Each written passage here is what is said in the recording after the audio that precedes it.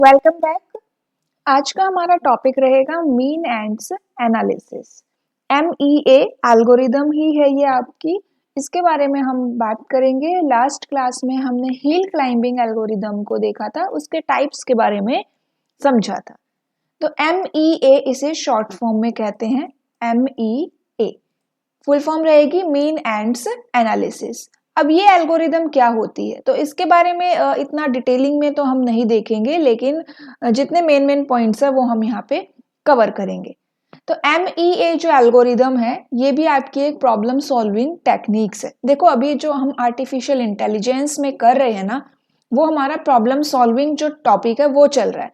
And problem solving topic में ही search algorithms आती है। सर्च एल्गोरिदम्स में हमने uninformed and informed search techniques देखी थी, फिर हम यहाँ पे हिल क्लाइंबिंग किया हमने, एंड अब यहाँ पे मीन एंड्स एनालिसिस के एल्गोरिदम के बारे में हम देख रहे हैं।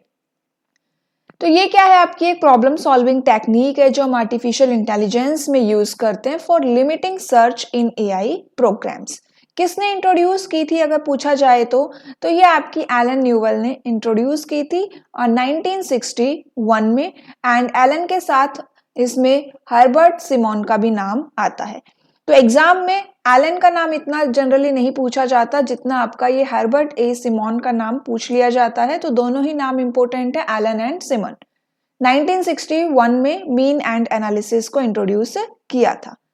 उसके बाद आगे क्या कहता है कि which was named as general problem solver, जिसे स्टार्टिंग में क्या कहा गया था कि क्या नाम दिया गया इसे, जनरल प्रॉब्लम सॉल्वर भी इसे कहा गया, GPS यहाँ पे इसे कहा गया।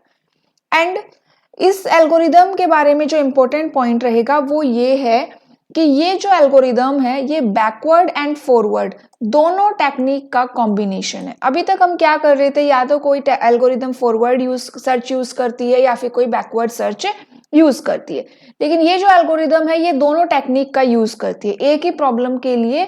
इसमें हम बैकवर्ड एंड फॉरवर्ड सर्च दोनों टेक्निक का यूज करते हैं। ठीक है, मेन कॉन्सेप्ट क्या है इस एल्गोरिदम का? इसका कॉन्सेप्ट का ये है कि ये जो हमारी करंट स्टेट है, फॉर एग्जांपल हम यहाँ पे है, या फिर जो आपकी इनिशियल स्टेट है, स्टार्टिंग में तो आप इनिशियल स्टेट से स्टार्ट करते हो एंड देन आपकी वो इनिशियल स्टेट करंट स्टेट बन जाती है। तो ये हमारी करंट स्टेट रहेगी एंड देन ये हमारे पास एक गोल स्टेट रहेगी। तो पहले हम क्या करते हैं, पहले हम ये देखेंगे कि इन दोनों में कितना डिफरेंस है, करंट स्टेट और गोल स्टेट में कितना डिफरेंस है वो हम यहाँ पे इवेलुएट करेंगे। ठीक है, एंड देन हमें क्या करना है कि इस डिफरेंस को कम करते हुए जाना है। यहाँ पे हम इस एल्गोरिदम में कुछ ऑपरेटर्स अप्लाई करते हैं, आगे हम देखेंगे। एंड आपको ऑपरेटर्स इस तरह से अप्लाई करने हैं कि करंट स्टेट और गोल स्टेट का डिफरेंस क्या हो जाए, कम हो जाए। देन जब ये बिल्कुल ही कम हो जाएगा, मींस कि जब आप 0 पे आ जाओगे तो current state is equals to goal state बन जाएगी। तो मेन कॉन्सेप्ट हमें समझ में आया।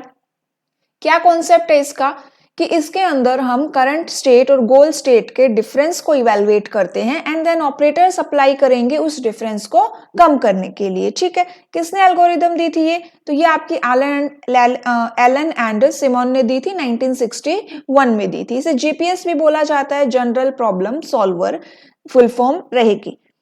फॉरवर्ड एंड बैकवर्ड दोनों सर्च टेक्निक का हम यहाँ पे यूज करते हैं। ठीक है, उसके बाद यहाँ पे देखो, The mean and analysis process can be applied recursively. Recursion यहाँ पे यूज हो रहा है तो रिकर्सिवली हम इसको अप्लाई कर सकते हैं and it is a strategy to control search in problem solving.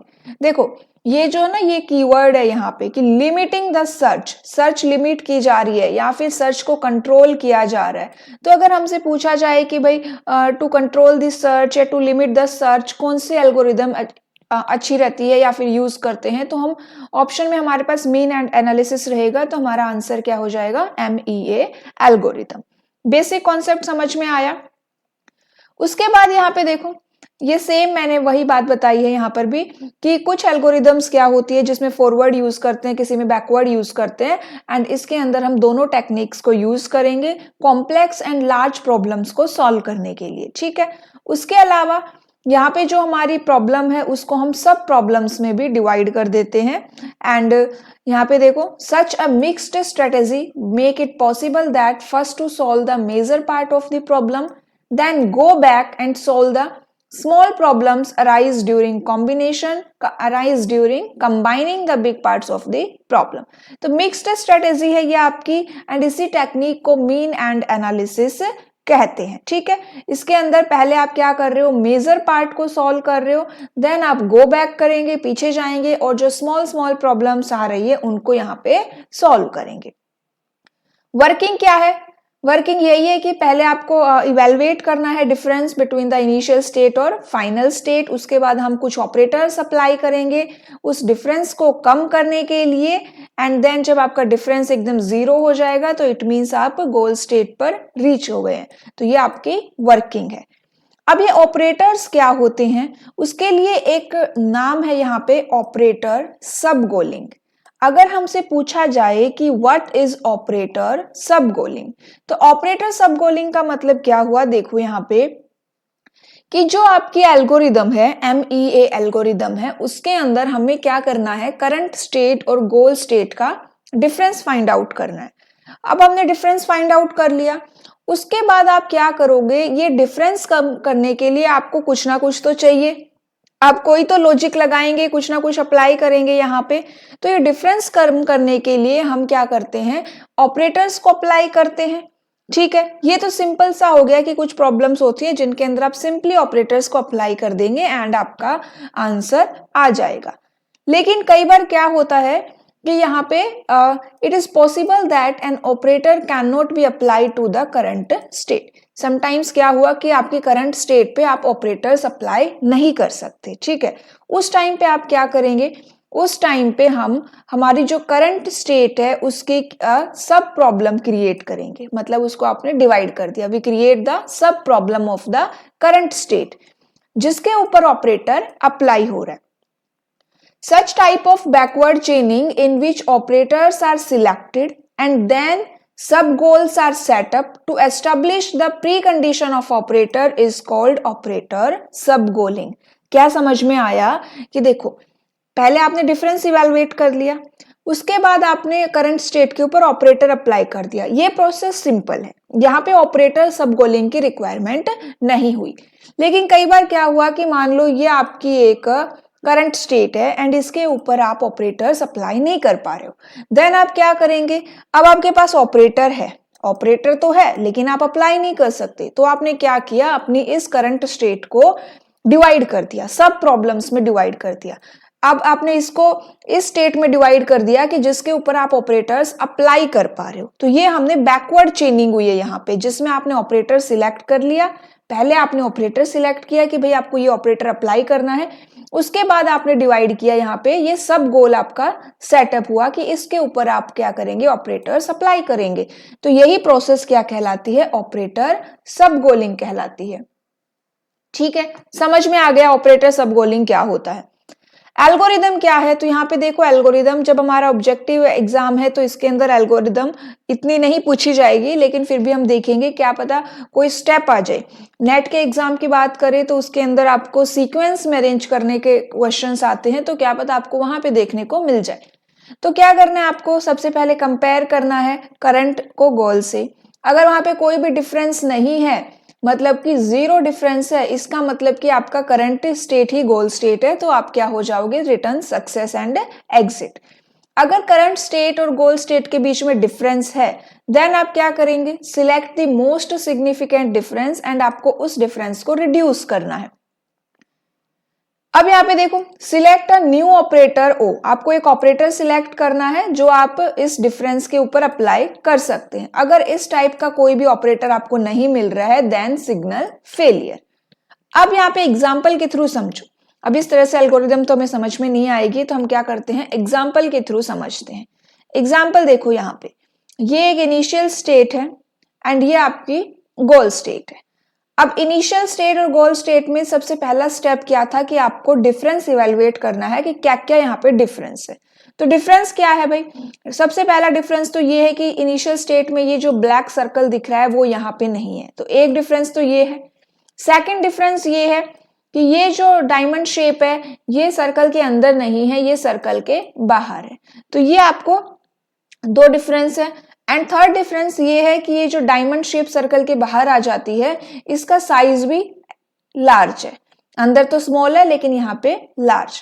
तो ये 3 डिफरेंस आपको कवर करने हैं, ठीक है। अब हमने स्टेप 1 हो गया, हमने हमारी इनिशियल स्टेट और गोल स्टेट का बीच का डिफरेंस इवेलुएट कर लिया। अब हम क्या करेंगे, अब ऑपरेटर्स को अप्लाई करेंगे। तो ऑपरेटर अप्लाई करेंगे तो सबसे पहले आपने क्या ऑपरेटर अप्लाई किया, यहाँ पे सबसे पहले हम क्या करेंगे, ये जो सर्कल है आपको इसको रिमूव करना है। तो पहले ऑपरेटर हमारा ये रहेगा कि हम इसको क्या करेंगे, रिमूव करेंगे। अब आपको क्या करना है, पहला ऑपरेटर कौन सा अप्लाई हो गया, रिमूव, या फिर आप कह सकते हो डिलीट। तो सबसे पहला ऑपरेटर हमने डिलीट अप्लाई कर दिया, एंड जैसे ही आप डिलीट ऑपरेटर को अप्लाई करेंगे तो यहां पे क्या आ जाएगी, आपकी इनिशियल स्टेट। आपकी इनिशियल स्टेट कुछ इस तरह से बन जाएगी, ये, एंड इसके अंदर आपके डायमंड शेप, ठीक है।